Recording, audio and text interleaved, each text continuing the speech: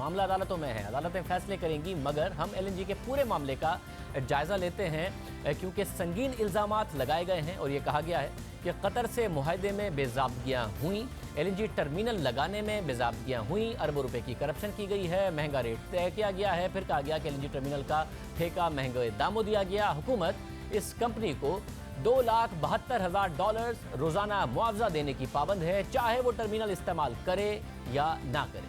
इन इल्ज़ामात का जायज़ा लेते हैं, हमने तहकीक की है, वो आपके सामने रखते हैं। इसके लिए ये एलएनजी की ज़रूरत और फिर एलएनजी मुआहदे और एलएनजी टर्मिनल के सिस्टम का जानना ज़रूरी है। हमने इस हवाले से मुख्तलिफ माहिरीन से भी तफसील से बात की है, उन लोगों से बात की जो गैस के शोबे से वाबस्ता हैं। इस हवाले से कुछ हकाइक जमा किए हैं। एलएनजी यानी लिक्विफाइड नेचुरल गैस, अगर आपने गैस दरामद करनी है तो इसलिए ज़रूरी है कि गैस को लिक्विड यानी माया शक्ल में मुंतकिल किया जाए।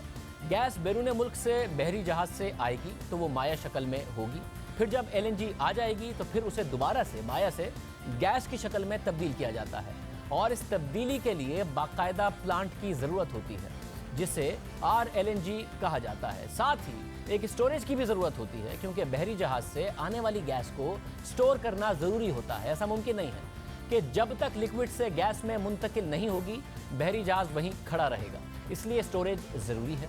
फ्लोटिंग स्टोरेज रीगैसिफिकेशन यूनिट के जरिए लिक्विड गैस को स्टोर किया जाता है, इसलिए एलएनजी टर्मिनल के लिए स्टोरेज यूनिट और रीगैसिफाइंग प्लांट ज़रूरी है।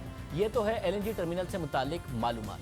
अब बात करेंगे कि पाकिस्तान एलएनजी पर क्यों गया। ज़्यादा पुरानी बात नहीं है, तकरीबन 8 साल पहले की सूरत हाल का जायज़ा लेते हैं। मुल्क में तवानाई का बहरान था, कई घंटों की लोड शेडिंग होती थी, बिजली ना होने की वजह से कारखाने बंद हो रहे थे, सनतकार परेशान थे, साथ ही मुल्क में गैस की किल्लत की शिकायत भी सामने आ रही थी। सर्दियों में घरेलू सार्फिन को गैस की फराहमी यकीनी बनाई जाती तो सनतों को गैस की फराहमी रोक दी जाती, कई माह तक सनतें बंद रहती, गैस के ज़खायर कम पड़ने लगे थे, मईशत बैठी हुई थी। इसलिए हुकूमत ने गैस की दरामद पर गौर किया क्योंकि गैस से बिजली की पैदावार भी मुमकिन है, सस्ती बिजली, साथ ही मकामी ज़रूरत भी पूरी होती और सनतों की ज़रूरत को भी पूरा कर दिया जाता। इसलिए गैस के साथ साथ बिजली की ज़रूरत को पूरा करने के लिए गैस की दरामद का फैसला किया गया। गैस की दरामद के लिए ज़रूरी था कि पाकिस्तान के पास एलएनजी टर्मिनल हो जहां गैस स्टोर हो और लिक्विड से दोबारा गैस में मुंतकिल हो, फिर पूरे मुल्क में उसको ट्रांसफ़र किया जाए। इसलिए हुकूमत ने एलएनजी टर्मिनल के लिए बिड करने का ऐलान किया और ठेका एंग्रो कंपनी को दे दिया। अब अहम बात यह है कि इस ठेके के लिए पेपरा रूल्स का ख्याल रखा गया, बल्कि इस ठेके की निगरानी आलमी इदारे QED ने खुद की और इस कंपनी को निगरानी का काम हुकूमत ने नहीं USAID ने दिया और इस कंपनी का इंतखाब 2012 में यानी नून लीग की हुकूमत आने से पहले ही कर दिया गया। इस कंपनी ने बिडिंग के अमल की निगरानी की और कोई एतराज़ नहीं उठाया, यानी एंग्रो को एलएनजी का ठेका देने में कोई बदयांती सामने नहीं आई। फिर एंग्रो कंपनी से मुआहदे की मंजूरी सुई सदन गैस कंपनी के बोर्ड ने और उसके बाद ECC ने दी। सुई सदन गैस कंपनी के उस वक्त MD मिफ्ता इस्माइल थे, इसलिए नैब उनके खिलाफ तहकीकात कर रहा है। वो बोर्ड में मौजूद थे, बोर्ड में 12 दीगर अरकान भी थे। बहरहाल एंग्रो को ठेका देने के लिए तमाम ज़रूरतों का ख्याल रखा गया। मुल्क में तवानाई का बहरान था, इसलिए हुकूमत ने एंग्रो को मनसूबा मुकम्मल करने के लिए बहुत कम वक्त दिया। इसलिए भी मनसूबे की मालियत बढ़ी क्योंकि तेज़ी से काम मुकम्मल करना था और पहली दफ़ा सेटअप लगाया जा रहा था। इसीलिए एलएनजी के टर्मिनल के क़याम का काम शुरू हुआ। अब सवाल उठा कि एलएनजी मंगवाई कहाँ से जाए। इस सिलसिले में हुकूमत ने कतर से रब्ता किया क्योंकि कतर दुनिया में गैस का बड़ा सप्लायर है। पाकिस्तान ने कतर से बातचीत की तो कतर ने पाकिस्तान को ब्रिटिश ऑयल की फी यूनिट कीमत का 13.8% का रेट दिया और मुआहदा 15 साल के लिए किया गया। साथ ही हुकूमत ने 2 छोटी कंपनियों से भी 5-5 साल के मुआहदे किए। शेल कंपनी ने 13.75% और दूसरी कंपनी ने गुनवर ने हैरानकुन तौर पर 13.37% का रेट दे दिया। उसके बाद पाकिस्तान दोबारा कतर के पास गया और उसे रूसी कंपनी के रेट का बताया, जिसके बाद कतर की रूसी कंपनी के निर्ख पर एलएनजी देने को कतर तैयार हो गया, जिससे पाकिस्तान को करोड़ों डॉलर का फ़ायदा हुआ। मगर कतर ने मुआहदे को खुफिया रखने की शर्त रखी। ऐसा हुकूमतों में होता है, जैसा कि हमने आपको बताया कि कतर एलएनजी का सबसे बड़ा एक्सपोर्टर है, इसलिए कतर को डर था कि दीगर ममालिक भी यही रेट तलब करेंगे, इसलिए ये मुआहदा खुफिया रखा गया। तहरीक इंसाफ नून लीग से मुआहदा सामने लाने का मुतालबा करती रही और फिर जब खुद तहरीक इंसाफ हुकूमत में आई तो मुआहदा सामने नहीं लाई, क्योंकि ऐसा हुकूमती मुआहदों में होता है। खुद वज़ीर-ए-आज़म इमरान खान ने भी चीन से मुआहदों के बारे में यही कहा कि चीनी हुकूमत ने कुछ बातों को खुफिया रखने का कहा है। अब हुकूमत मज़ीद भी कतर के साथ डील करने जा रही है, मज़ीद गैस खरीदने के लिए डील करने जा रही है। ये मामला था कतर से डील का। कतर से एलएनजी आने लगी, कराची में कायम एलएनजी प्लांट में गैस की शक्ल में मुंतकिल होने लगी। अब बात करते हैं कि एलएनजी ने हम पर क्या फ़र्क डाला। दुनिया भर में तवानाई की ज़रूरत पूरी करने के लिए सस्ते और माहौल दोस्त ज़राए का इस्तेमाल किया जाता है और उसमें सबसे बेहतर गैस है, क्योंकि गैस फर्नेस ऑयल के मुकाबले में सस्ती भी है और माहौल दोस्त भी है। फी यूनिट गैस सस्ती भी पड़ती है और ये मौसर भी होती है। जैसा कि फर्नेस ऑयल की एफिशिएंसी 42% होती है, यानी 42% तवानाई पैदा हो जाती है और फिर 58% ज़ाया हो जाती है। पाकिस्तान में फर्नेस ऑयल की एफिशिएंसी सिर्फ 28 से 30% है, यानी कि प्लांट्स पुराने हैं, 28 से 30% की एफिशिएंसी पर ऑपरेट करते हैं। इसके मुकाबले में गैस की एफिशिएंसी, एलएनजी के प्लांट्स की एफिशिएंसी दुनिया भर में 60% है। गैस फर्नेस ऑयल के मुकाबले में सस्ती भी होती है। इस हवाले से अहम बात यह है कि गुज़िश्ता दौर हुकूमत में जो एलएनजी प्लांट्स लगाए गए उनकी एफिशिएंसी 61% तक है, यानी फर्नेस ऑयल के मुकाबले में गैस से बिजली की तैयारी ना सिर्फ सस्ती है बल्कि मौसर भी है। और एक अंदाजे के मुताबिक हुकूमत ने एलएनजी से बिजली तैयार करके 5 अरब डॉलर्स की बचत की। ये बिजली सस्ती भी होती है, माहौल दोस्त भी होती है। यही वजह है कि पाकिस्तान में फर्नेस ऑयल के बजाय अब एलएनजी से बिजली तैयार हो रही है। तहरीक इंसाफ की हुकूमत खुद कतर से मजीद एलएनजी का मुआहदे करने की तैयारी कर रही है।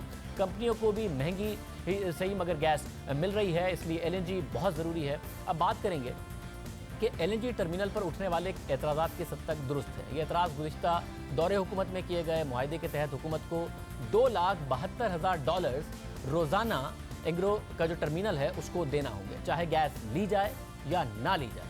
इसे कैपेसिटी पेमेंट कहते हैं, यानी हुकूमत कंपनी को ये यकीन दहानी कराती है कि वो प्लांट लगाए, हुकूमत उससे गैस लेगी और अगर वो नहीं भी लेगी तो भी अदायगी करनी पड़ेगी। इस तरह के प्रोजेक्ट्स में रिस्क ज़्यादा होता है, इसलिए हुकूमत को ये यकीन दहानी करानी पड़ती है, ये सहूलत देनी पड़ती है। ये मामूल की बात है, दुनिया भर में ऐसा ही होता है।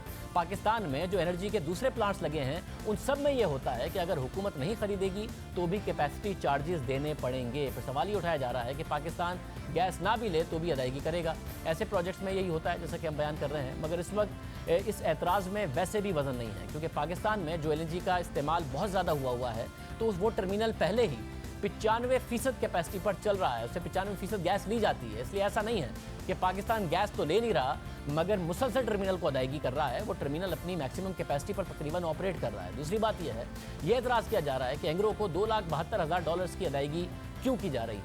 ये रेट पहले पाकिस्तान के लिए था, जब गैस का इस्तेमाल बढ़ गया तो दूसरे साल से पाकिस्तान $2,28,000 रोज़ाना की अदायगी कर रहा है, अब $2,72,000 नहीं कर रहा है। इसके अलावा ये दावा भी किया जा रहा है कि एंग्रो कंपनी को 15 साल में $15 अरब का फ़ायदा होगा और ये सिंपली $2,72,000 रोज़ाना को पहले 365 से मल्टीप्लाई करें और फिर उसके बाद 15 से मल्टीप्लाई करें तो तकरीबन ये नंबर आ जाता है और ये कहा जा रहा है कि $1.5 अरब का फ़ायदा होगा। इस हवाले से एंग्रो कंपनी का दावा है कि इस मंसूबे से उसे कुल $1.5 अरब का रेवेन्यू ज़रूर मिलेगा, मगर इसमें ऐसा नहीं है कि वो सारा का सारा मुनाफा ही होगा। इसमें मुख्तलिफ जो एवेन्यूज़ हैं उसमें उनके पैसे खर्च भी होंगे। $45 करोड़ उनके मुताबिक हुकूमत को दे दिए जाएंगे, जबकि स्टोरेज यूनिट की लीज़ की मद में $75 करोड़ उनको देने होंगे।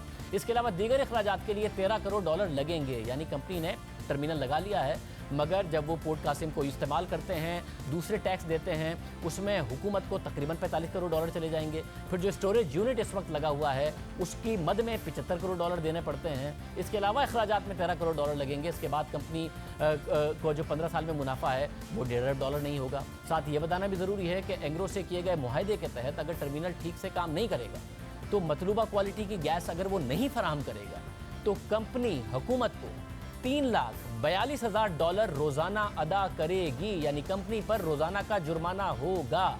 और जो $2,72,000 हुकूमत ने कंपनी को देने हैं वो भी उस दिन नहीं दिए जाएंगे और हुकूमत को खुद कंपनी जुर्माना तकरीबन $3.5 लाख रोज़ाना की बुनियाद पर अदा करेगी अगर वो अपनी कमिटमेंट गैस सप्लाई करने की पूरी नहीं करेगी।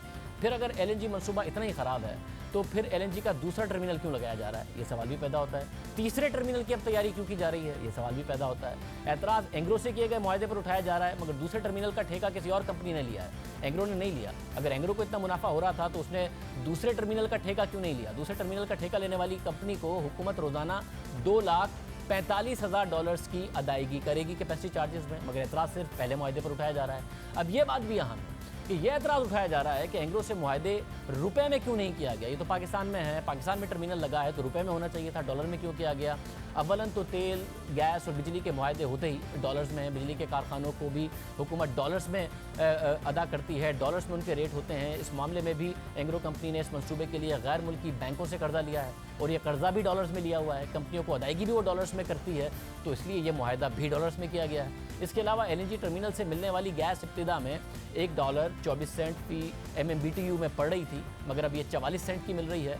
बहुत सस्ती पड़ रही है क्योंकि इस वक्त गैस बहुत ज़्यादा पाकिस्तान उस टर्मिनल को इस्तेमाल कर रहा है, LNG के नए मुआहदे भी कर रहा है, नए टर्मिनल भी लगा रहा है, तो पाकिस्तान को इस वक्त 44 सेंट की पड़ रही है। जबकि भारत में ये फ़ी यूनिट $1 और सिंगापुर में भी $1 की है, जबकि पाकिस्तान में 44 सेंट की पड़ रही है। फिर भी एतराज़ उठाया जा रहा है और कार्रवाई की जा रही है और इस वक्त जो साबिक वज़ीर आज़म हैं उन्हें गिरफ़्तार किया हुआ है। जो वज़ीर ख़जाना हैं उनकी गिरफ़्तारी के लिए कल छापे मारे जा रहे थे, आज उन्होंने ज़मानत ली है। हालांकि अभी तक ना कोई ₹1 की करप्शन की बात की गई है। जो LNG के फ़ायदे हैं वो पाकिस्तान पाकिस्तान को फ़ायदा हो रहा है और ये हुकूमत खुद भी अब मज़ीद मुआहदे करने जा रही है। LNG प्लांट की जो तफसीलात है वो भी हमने आपको बता दी। $2,72,000 को बार बार ये कह के कोट किया जा रहा है, उसमें ये नहीं बताया जा रहा कि वो कंपनी के जो अपने खर्चे हैं, जो कंपनी उसी में से टैक्स अदा करेगी, जो कंपनी रीगैसिफिकेशन प्लांट के लिए जो सारी के सारे पैसे अदा करेगी वो भी उसी में शामिल है।